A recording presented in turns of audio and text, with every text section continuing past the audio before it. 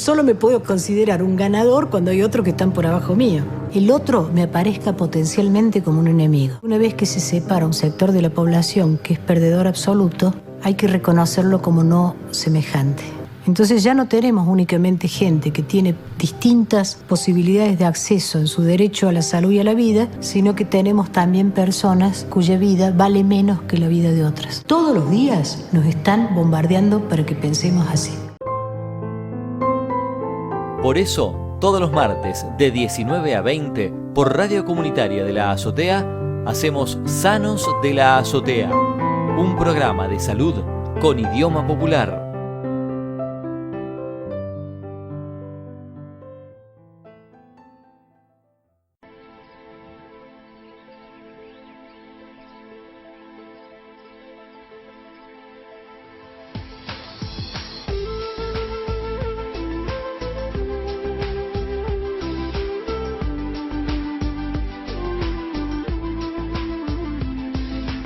Bueno, continuamos en Sanos de la Azotea, un programa de salud con idioma popular. Venimos haciendo algunas reflexiones en relación a esta etapa ya de más de 50 días con la pandemia del coronavirus y con todo el trabajo que venimos haciendo socialmente los argentinos y las argentinas.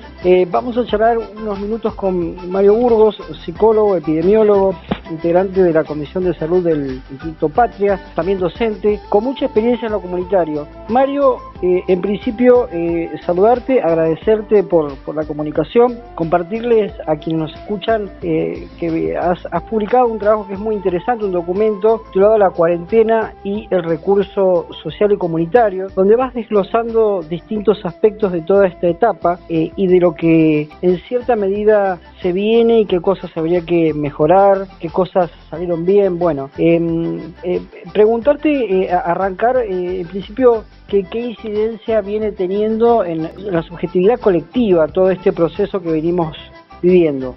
Hola, buenas tardes, Pablo, ¿cómo estás vos? Digamos, me parece que lo principal es que hay una dificultad para relacionarse con el COVID, digamos, cuando las sociedades no tienen defensa frente a un problema, en general tienden a negarlo, es decir, digamos, todo lo contrario a lo que se supone, viste, que alguien dice, bueno, si sabes que corres peligro, ¿por qué no te cuidás? Y en realidad te cuidás si sabes que podés defenderte, si no es más difícil. Y en este caso las líneas de cuidado son muy particulares, es decir, de quedarte en tu casa, no acercarte demasiado a otras personas, cubrirte el rostro.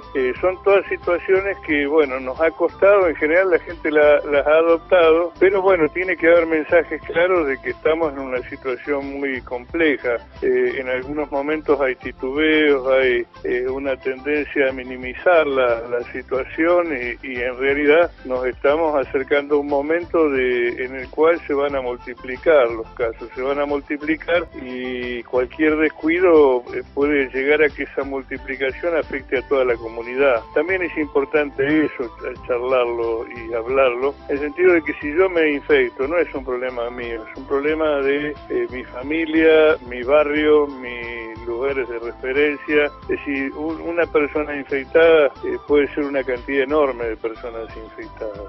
No sé si lo estoy planteando con claridad. Sí. Y si es personal de salud, mucho más, por ejemplo, ¿no? Digamos, cada miembro del personal de salud que se infecta, en la medida en que está vinculado con mucha gente, puede llegar a ser un multiplicador. El otro tema son los barrios donde no es muy posible mantenerse dentro de casa, es decir, los barrios de gente excluida, de personas con pobreza extrema, que es el lugar que había que impedir. Yo creo que si había un objetivo principal del COVID frente a la pandemia, era que el COVID no entrara en los barrios más precarios, porque las personas de sectores medios tenemos más posibilidad de estar más tiempo en casa, de aguantar mejor las dificultades que eso crea, las dificultades laborales, económicas, etcétera, etcétera, y además las dificultades físicas, mientras que personas que viven en una habitación, 10 personas, 8 personas, personas, 6 personas, ya el hecho mismo de estar dentro de la casa es un problema. Entonces necesitan salir, necesitan moverse para procurarse alguna changa, algo que les permita sobrevivir. Hay mucho contacto porque están acostumbradas,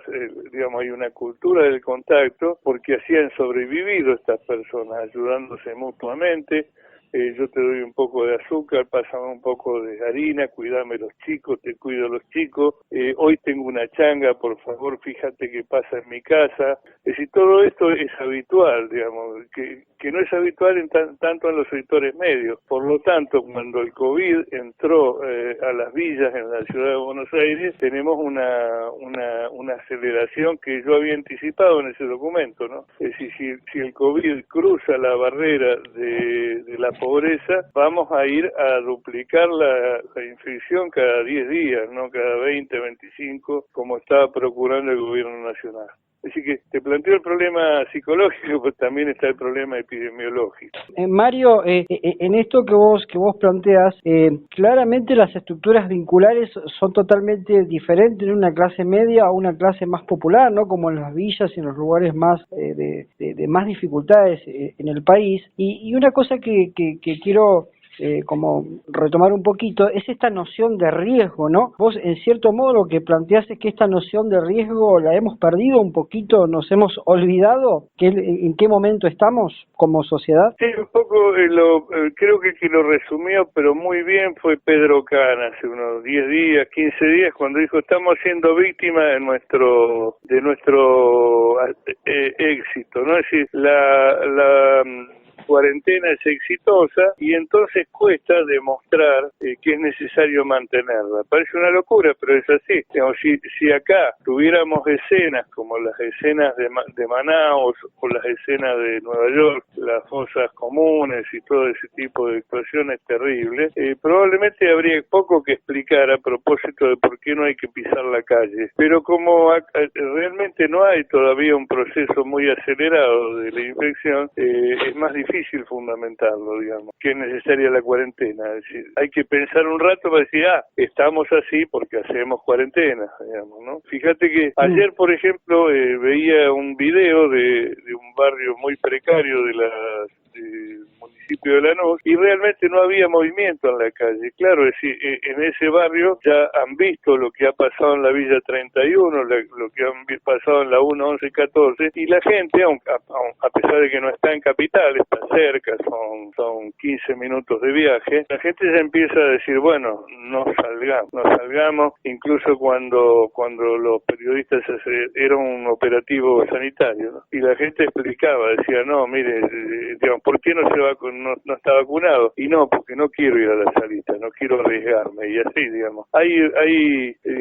una dificultad que, bueno, que desgraciadamente las situaciones extremas la sobrepasan y la gente empieza a ver, pero sería bueno que no necesitemos eso se necesita de medidas oficiales. Es decir, el gobierno de la ciudad de Buenos Aires debería haber ido a las villas, debería haber puesto personal, repartiendo tanto personal cada tantas manzanas, visitar casa por casa, ver qué necesidades tenían esas personas, resolverles esas necesidades para que no necesitaran estar constantemente saliendo para resolverlas. Bueno, no hizo nada de eso y ahora se encuentra con que en 10, 15 días tienen 600 casos, el 30% de la población de la ciudad de Buenos Aires es de esos barrios vulnerados, ¿no? Es decir, no lo llamo carenciados porque esa gente no vive en la carencia porque sí, vive así porque la excluyeron, vive así porque la excluyeron, porque no le dieron acceso a la vivienda, porque tuvieron dificultades para instalarse en la ciudad de Buenos Aires, si vive así porque no tiene más remedio,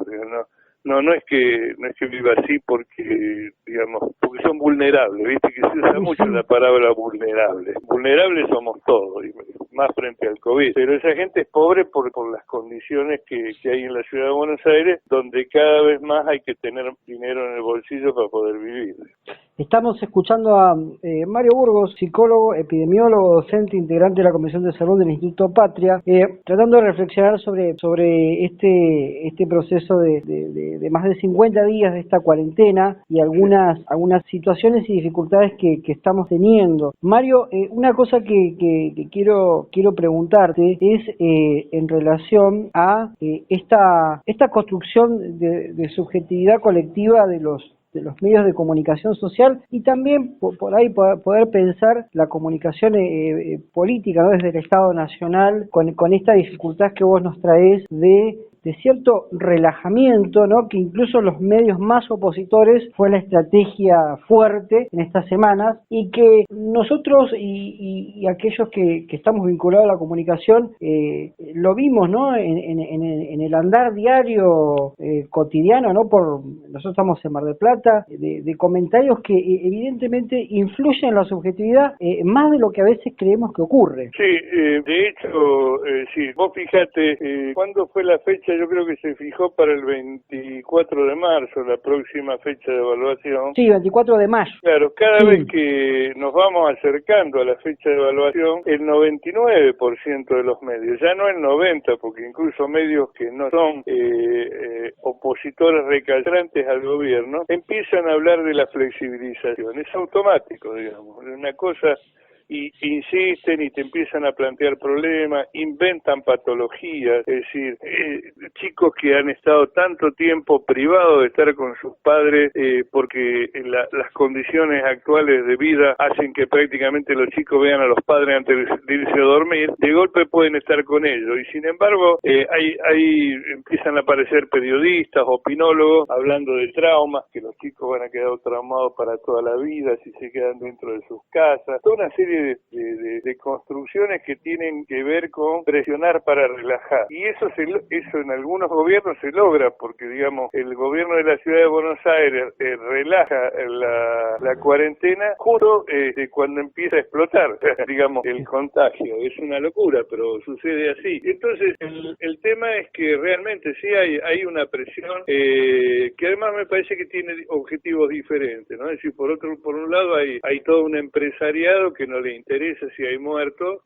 y que su objetivo es digamos reinstalar la actividad y punto. Por otro lado hay todo un sector que quiere que el gobierno fracase. Ayer lo planteaba muy bien no me acuerdo quién era el periodista, que decía, mire, el objetivo es que acá haya tumbas colectivas. Poder decir que este gobierno fracasó frente a la pandemia, uno puede decir una locura, pero realmente creo que sí, que es así, no hay duda de porque si no, habría una actitud común de decir, bueno, no, tenemos que cuidarnos todos, después discutimos cómo se sale de la cuestión económica, etcétera, etcétera, nada que ver. Hay toda una presión como si no hubiera pandemia. Y por otro lado, hay una presión de sectores que no entienden la necesidad de cuidarse y que tienen bastante capacidad de lobby porque tienen buen poder adquisitivo, etcétera, también presionan esos sectores. Es decir, que además de estar disputando contra un virus que es bastante nefasto, estamos disputando contra una porción de la población muy pequeña, pero con mucha capacidad de lobby. Es decir, hasta el punto que, digamos, uno va cambiando de canal, ya cuando faltan 3 días, y todos los canales más o menos tienen el mismo discurso. Se va a aligerar la cuarentena, se va a entibiar. Bueno, la mala noticia para esos sectores es que si hacemos eso, nos vamos al demonio, digamos. Si estamos en un momento, yo te comentaba el otro día, de grandes números. La pandemia se multiplicaba cada 13 o 14 días. Se llevó a 20, el objetivo del gobierno era 25. Con lo que sucedió en la ciudad de Buenos Aires, hay que ver cómo termina esto, porque además hay una cadena de vínculo entre los sectores vulnerados de la capital federal y los sectores vulnerados del Gran Buenos Aires, vínculos familiares, vínculos de contacto. Hay que rogar que no cruce el riachuelo la pandemia hacia los sectores más pobres, porque si eso sucede vamos a estar en 10 días, aun cuando cuando estuviéramos en 20 días, vamos a estar en cientos de miles antes de fin de año de infectados. Y si mantenemos esta tasa de mortalidad, que es del 5,3%, es decir, cada 100.000 vamos a tener 5.300, digamos. No me agrada entrar a tirar estas cifras, pero la única manera de enfrentar estas cifras no es no decirlas, es decirlas y hacer todo lo posible para que no se cumplan. Quedarse en casa, cuidarse, mantener las medidas de higiene, que los gobiernos distribuyan todo lo que la población necesita para que no tengan que salir a campo traviesa, podríamos decir, para sobrevivir. Por ejemplo, está sucediendo mucho que el cartoneo vuelve a aparecer porque la gente tiene que vivir. Y al que no le entra plata en la casa, entre un virus que no sé qué me va a hacer y un hambre que tengo que resolver, va a elegir salir, pero esto lo puede resolver los gobiernos. Hay que hacer que la gente no tenga necesidad. Parece una locura lo que digo, pero es la única manera de mantener una cuarentena. La gente en casa y el gobierno distribuyendo y abriendo con mucho cuidado solamente los sectores indispensables. No es solamente un problema de conciencia social, sino de actitud de gobierno, ¿no? Todos los gobiernos, todos, absolutamente todos. Es decir, yo no escondo, yo soy del Instituto Patria, soy oficialista al extremo, pero bueno, no dejo de decir que tenemos que buscar todas las soluciones, como los números grandes, tratando de minimizar lo que esos números grandes significan. Son muertes, enfermedades. Fíjate, mirá vos, hasta yo mismo tiendo a relativizarlo, digamos, es muy duro hablar de muerte. Uno dice números grandes. En realidad, si nosotros no mantenemos la cuarentena, vamos hacia una cantidad enorme de muertes.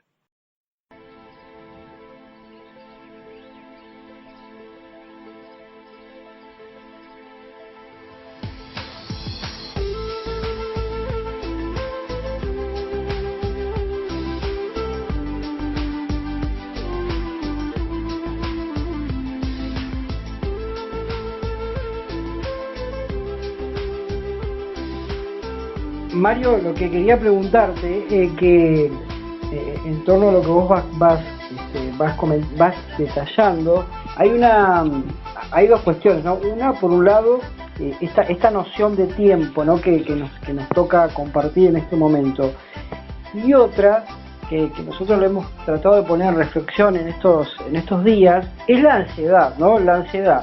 Y una frase que le dimos bastante fuerza, es que la ansiedad es la mente yendo más rápido que la vida, como para pensar este momento. Sí.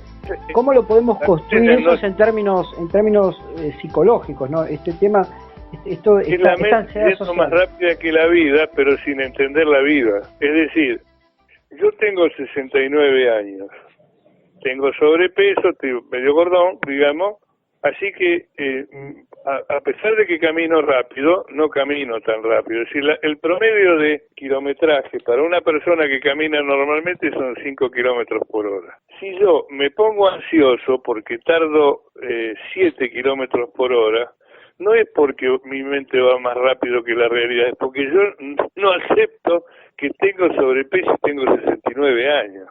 ¿Se entendió lo que expliqué? Entonces, si la gente que tiene que quedarse en casa se pone ansiosa, es porque no entiende que afuera se muere. Y este es el trabajo que debe hacer el gobierno, que debemos hacer los trabajadores de salud. Explicar que no es que afuera hay un paraíso esperándonos y nos lo estamos perdiendo, sino que afuera hay una situación que todavía no podemos manejar y que cuanto más tiempo ganemos, más probabilidades de remedio o de inmunidad vamos a tener, pero por ahora no la tenemos. Es un problema de criterio de realidad. Ahora, ¿quién ayuda a fijar el criterio de realidad colectivo? El Estado, digamos.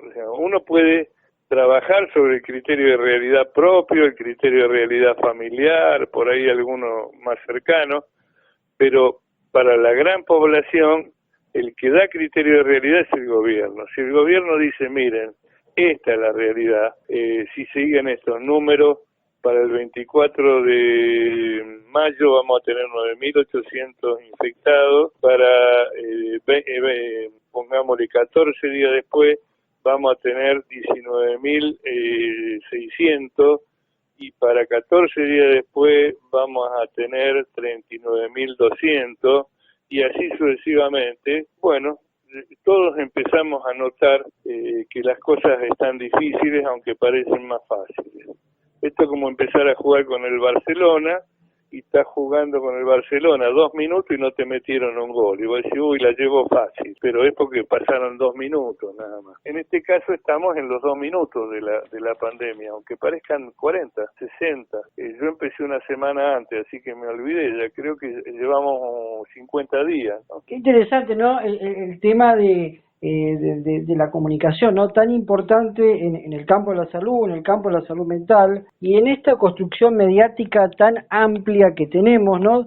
Si pensamos que, bueno, muchas décadas atrás teníamos la radio, no sé, la televisión. Hoy tenemos la radio, la televisión, todo tipo de redes sociales, ¿no? Qué producción importante para generar esta subjetividad colectiva que evidentemente tenemos un desafío de seguir produciendo contenidos que puedan tener más responsabilidad, ¿no? Más democráticos, ¿no? Poder dar esta multiplicidad de voces. No, esto que hacen ustedes es impagable, Pablo. Desgraciadamente, digamos, hay cosas que pasan. También estamos acostumbrados a una visión lineal, ¿no? de la historia. Se había empezado a construir una forma nueva de transmitir, de vincularse, de construir conciencia social incluso, lo que era Paca Paca, lo que era el Canal Encuentro, lo que era la misma televisión pública en algún momento, lo que eran muchas radios comunitarias. Bueno, hubo 4 años de destrucción de eso y empezamos de nuevo, ¿qué va a ser? Y quedaron sectores como ustedes que manteniendo una bandera mientras en general no, pero hay que ir retomándolo. Yo creo que es valiosísimo lo que ustedes hacen, porque además los medios de comunicación repiten lo que han ido construyendo una forma de vincularse con la comunidad en términos neoliberales, y por lo tanto, digamos, que haya venido la pandemia no deja de reproducir esto, al contrario, lo consolida, lo hace más. Estamos en una crisis, entonces la derecha es más derecha, los sectores populares tenemos que ser más populares. Este sería un poco aunque cueste aceptarlo, ¿no? Pero es así. Vos fijate que cuando uno lo ve a Trump, o lo ve a Bolsonaro, o lo ve a Paolo Roca, bueno, transparentan lo que son, digamos, ¿no? Y para algunos sectores desesperados, esos mensajes pueden ser valiosos. Es decir, Bolsonaro sale a la calle y tiene alguna respuesta social en los sectores más pobres, en los sectores con menos resguardo. Afortunadamente nosotros acá tenemos un gobierno popular y por lo tanto ese gobierno puede hacer por esos sectores más pobres sin forzar la situación a que esa gente se juegue la vida para poder sobrevivir. Son situaciones diferentes, ¿no? Es decir, realmente, fíjate que Trump defiende el delirio que tiene, lo defiende con productividad. Él quiere, digamos, a pesar de que todos los números dan en contra, ¿no? Ya yo creo que está saldada la discusión entre economía y salud. Donde el COVID avanza, la economía se va al diablo. Esa es la realidad, además de la vida de las personas, ¿no? Sí, claramente las construcciones políticas, económicas y sociales de los otros países son diferentes, y también las comunidades evidentemente conectan con lo que bueno, vos lo podés describir mejor, ¿no? Con personalidades de psicópata, ¿no? El psicópata a veces va al poder y el psicópata no va al consultorio. No, claro. No, él define la realidad, no le importa, digamos, si la realidad se ajusta a él o no, él le mete para adelante y bueno, cuando encuentra situaciones extremas como la de esos países, también es cierto que la vida en Estados Unidos no tiene el valor que tiene la Argentina. En un país que ha dedicado su vida a la guerra, a matar y a mandar a su gente a que la maten, el valor de la vida no es el mismo que aquí. Me parece que eso también es muy importante, ¿no? Es decir, fíjate que están coexistiendo con más muertos de los que tuvieron en Vietnam. Y todavía se supone que Trump va a ganar las elecciones. Esto tiene que ver con un valor de la vida, no una valoración. Bueno,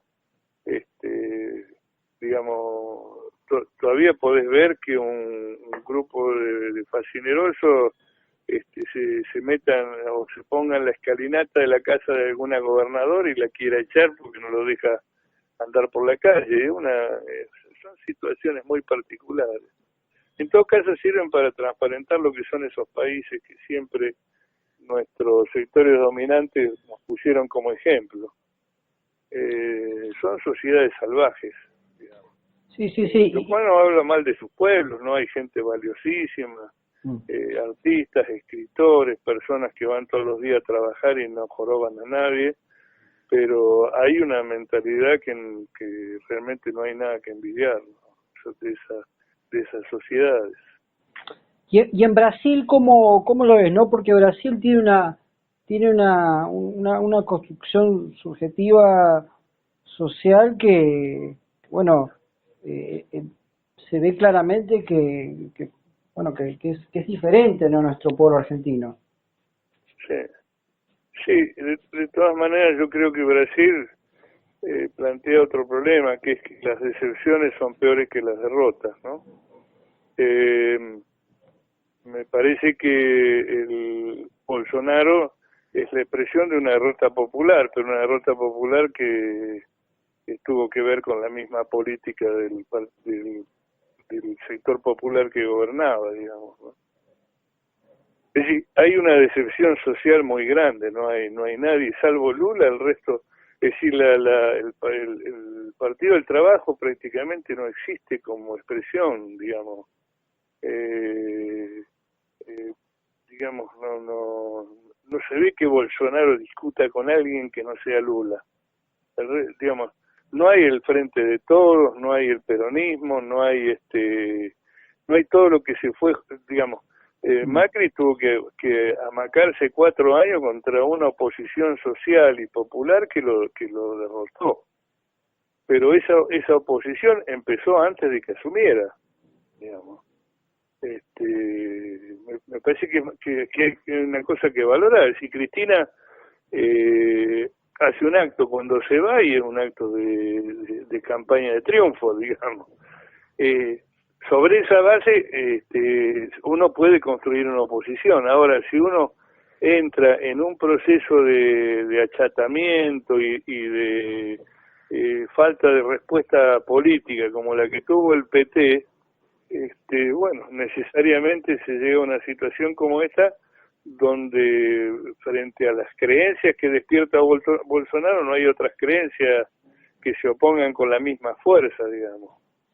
Las sociedades eligen entre las ofertas políticas que tienen, no las inventan, digamos, son orgánicas. Vos tenés que tener una organización para tener una fuerza política, no sale de la nada. Sí, quizás en el caso de Brasil tampoco se ve que haya una construcción de una memoria colectiva, ¿no? En relación a su historia con la dictadura militar, ¿no? Evidentemente esas marcas ¿no?, negativas se han consolidado, ¿no? Sí, igual los momentos de derrota son muy particulares, ¿viste? Es decir, el primer año del macrismo parecía que no volvíamos más. Sí. Y el tema es poder reconstruir, pero uno reconstruye haciendo una propuesta política, no se ve realmente en el debate, no aparece, digamos, con fuerza, y no creo que sea menor el hecho de que el PT haya anticipado las medidas del neoliberalismo en su propio gobierno. Esto, digamos, el último año de Dilma política y económicamente fue un año muy particular, digamos. Cristina suele decir algo que creo que hay que valorar.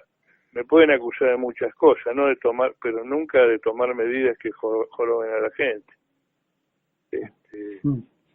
Y esto tiene su costo, por eso te digo que me parece que en Brasil está ese problema, no un problema de que la gente no tiene conciencia, es mala, sino que realmente ha sido derrotado un proyecto popular por errores propios, además de la maniobra de Moro y todo eso. Pero si acá le hubieran tratado de hacer algo así a Cristina siendo presidenta, por un momento imaginamos que la Corte Suprema de Justicia la podría haber echado a Cristina. No hablemos de un juez, la Corte, digamos. Sí. Esto solamente podía pasar en un país donde el gobierno estaba deteriorado socialmente, digamos.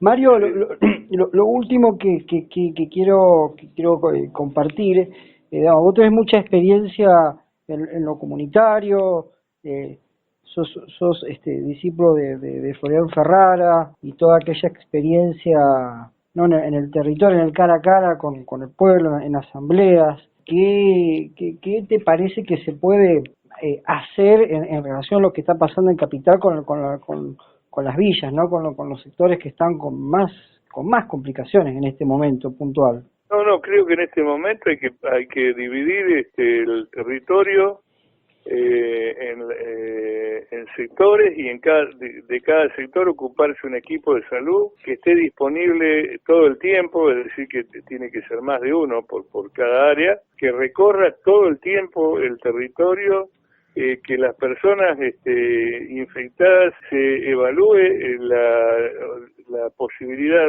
de mantener dentro del hogar a aquellas que ya están asintomáticas, digamos, pero que si el hogar no lo permite, se les habilite hoteles para que vivan, cosa que por supuesto no entra en la cabeza del tipo de gobierno que tienen, que se haga un registro de las necesidades de cada casa y se cubra esa necesidad, es decir, que vaya la salud a donde es necesaria, no que espere que llegue el enfermo al lugar de salud. Esta es la situación, y por supuesto convencer a la gente que tiene que quedarse en casa, pero la única manera que uno puede convencer a la gente que tiene que quedarse en casa es tener en claro que se van a quedar en casa los que pueden, y los que no pueden hay que darles casa, hay que darles alojamiento por lo menos hasta que pase la pandemia. Y sobra alojamiento. En este momento los hoteles están todos digamos, no funcionan en Capital Federal.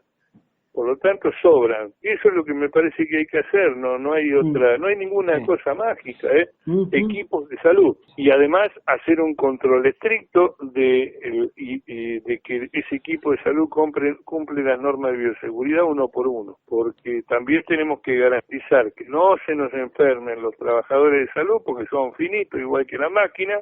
No es que nos esté comparando a nosotros con máquinas, pero viste, un trabajador enfermo, un trabajador que no puede trabajar. No solo el día que se enferma, sino los 15 días subsiguientes, claro, siempre y cuando no tenga complicaciones. Y no sobran los trabajadores de salud.